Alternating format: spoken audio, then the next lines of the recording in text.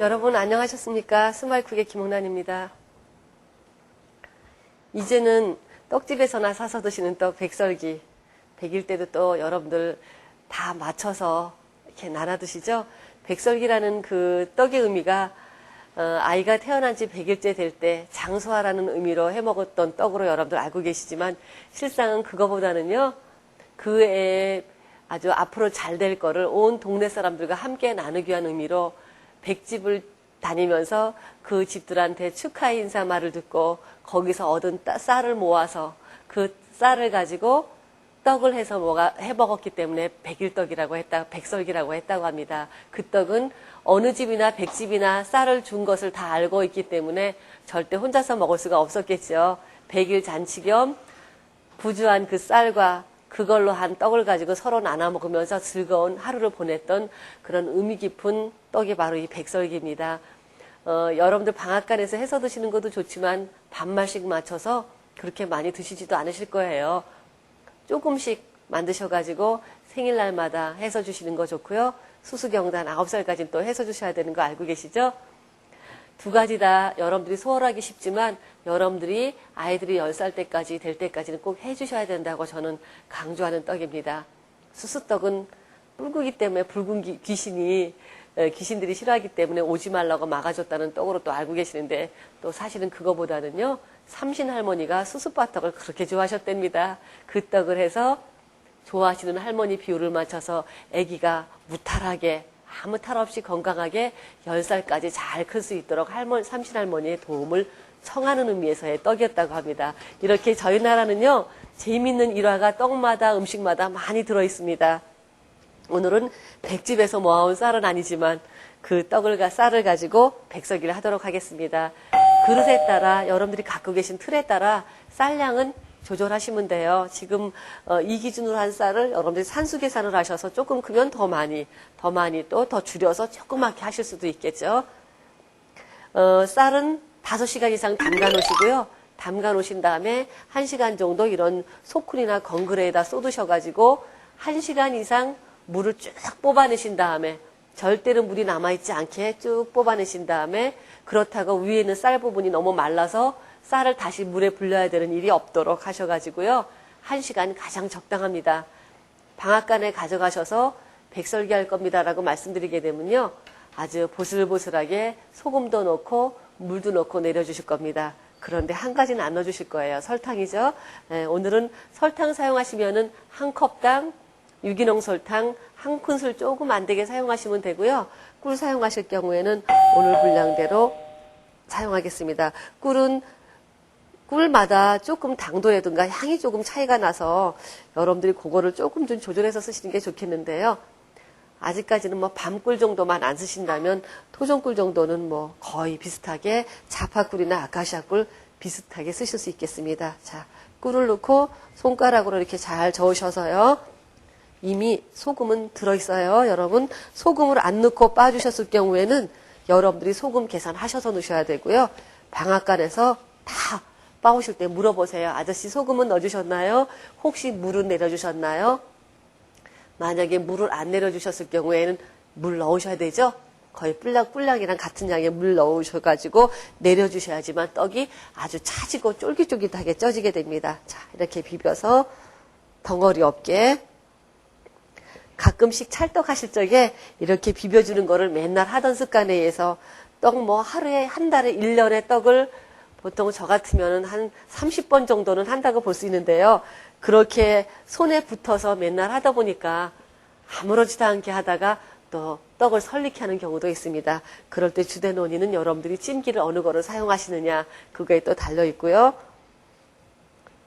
체에 내릴 적에 찹쌀가루를 너무 고운 체에 여러 번 내리지 않았나, 또 내리시면서 꿀이나 시럽을 넣고 하셨을 경우에 제대로 덩어리진 걸 풀어주시지 않았나, 그럴 때 그렇습니다. 덩어리를 안 풀어주고 굴굴망에 내리시게 되면 찹쌀떡은 가끔씩 속이 설익는 수가 있습니다. 자, 이제 비벼서 꿀하고 섞어놓은 가루를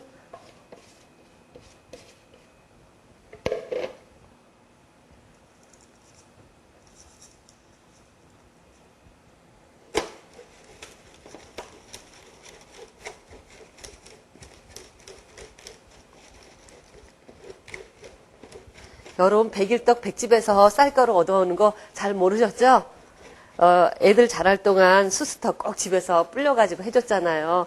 백설기가 그 다음에 100일 지나서는 생일떡으로 바뀌고 해마다 수수팥떡하고 백설기가 상위에 꼭 올라가죠. 미역국하고요.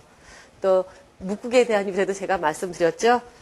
나이 드셔서 너무 오래 사셔서 자식들한테 내가 폐가 되는 게 아닌가, 내가 너무 자식들을 힘들게 하는 거 아닌가 하면은 그때부터는 부모님께서 올해부터는 미역국 끓이지 말고 묵국을 끓이거라 라고 말씀하셨대요. 참 가슴이 아프고 슬픈 이야기긴 하지만 또 어떻게 보면은 그 어르신들의 마음이 현명하게 느껴지기도 하기도 합니다. 현명하다고 할 수는 없지만 얼마나 그 자식에 대한 애틋한 사랑이 그 묵국이라는 한마디에 포함되어 있어요. 방앗간에서 물을 넣고 내려주시는 쌀가루를 가져오셨을 적에는 정말 일이 편안하긴 합니다. 근데 설탕을 넣어주지는 않으니까 그래도 한번 손은 여러분들이 이렇게 보셔야 되는데요. 몽글몽글한 덩어리가 보이죠? 덩어리 다 이렇게 손등으로 비벼서 완전히 채우에 하나도 남지 않도록 이렇게 해주실수록 쫄깃쫄깃한 떡이 되죠. 백설기는 쪄진 다음에 꺼내놓고 뜨거울 때 헝겊을 떼낸다든가 종이를 떼내시거나 그러면 떡이 그 자리에서 부스러집니다. 힘이 없기 때문에. 그래서 완전히 식은 다음에 떼내셔야지 까슬까슬하면서도 쫄깃한 그런 떡이 되게 되죠. 그 전에 구선왕독이라고 하는 게 있는데요. 한약재를 집어넣고 하는 게 있었는데 저희 큰애는 어릴 때 너무 많이 말라가지고 어머니가 경동시장에 가셔서 약재를 다 사셔다가 개구리 뒷다리도 사실은 먹여봤습니다. 그래서 그 약재를 가지고 이렇게 찌셔서 완잘 만드셔가지고 햇볕에 말려서 절구에다 콩콩 쪄가지고 그걸 가지고 죽을 끓이기도 막 하시고 그러셨어요. 그걸로 떡도 하는데 이렇게 백설기랑 똑같이 말려가지고 손으로 부시면 아스러집니다. 왜 그 말씀을 드리냐면요. 백설기 남은 거 냉동실에 넣어놓으셨다가 여러분들 죽 끓이는데 한번 넣어보세요. 의외로 맛있습니다. 고기, 당근, 양파 좀 넣어서 이유식 하실 적에 이용하셔도 괜찮고요. 우유 조금 넣으셔도 괜찮고요. 까슬까슬한 백설기가 떡뿐만이 아니라 식사 대용으로도 그렇게 사용하실 수가 있어요. 자, 김이 오른 찜기에다가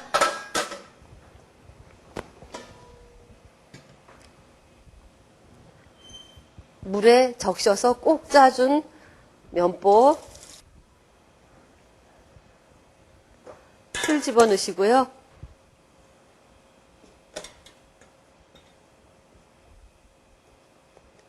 예쁜 모양이 나올 것 같지는 않네요. 이렇게 틀도 여러 가지가 있는데 오늘은 이 틀 사용하도록 하겠습니다. 자, 이렇게 퍼주고 한꺼번에 붓지 마시고요. 손으로 살짝 헤쳐서 절대로 누르시지 마시고 살랑살랑 손등으로 펼쳐주고 떡이 갈라지는 듯 싶어도 괜찮아요. 이렇게 아예 케이크 모양으로 나는 세팅을 해야지 하면 이렇게 쌀가루까지 다 넣어주신 다음에 피자 자르듯이 이렇게 해서 살짝 칼집을 내가지고 찌신 다음에 꺼내고 식히시고 조금 있다 헝겊을 면보를 떼내시게 되면 여러분들이 칼집 냈던 모양으로 떡이 딱 분리가 됩니다. 굉장히 쉽게 잘 돼요. 자, 찌도록 하겠습니다. 김 올랐나 확인하시고요. 위에는 꼭 마른 면보 없는 거 잊지 마시고요. 김이 오르면 뚜껑 덮어주시고 이 면보 위로 수증기가 이렇게 빠져나오는 게 보여야 돼요.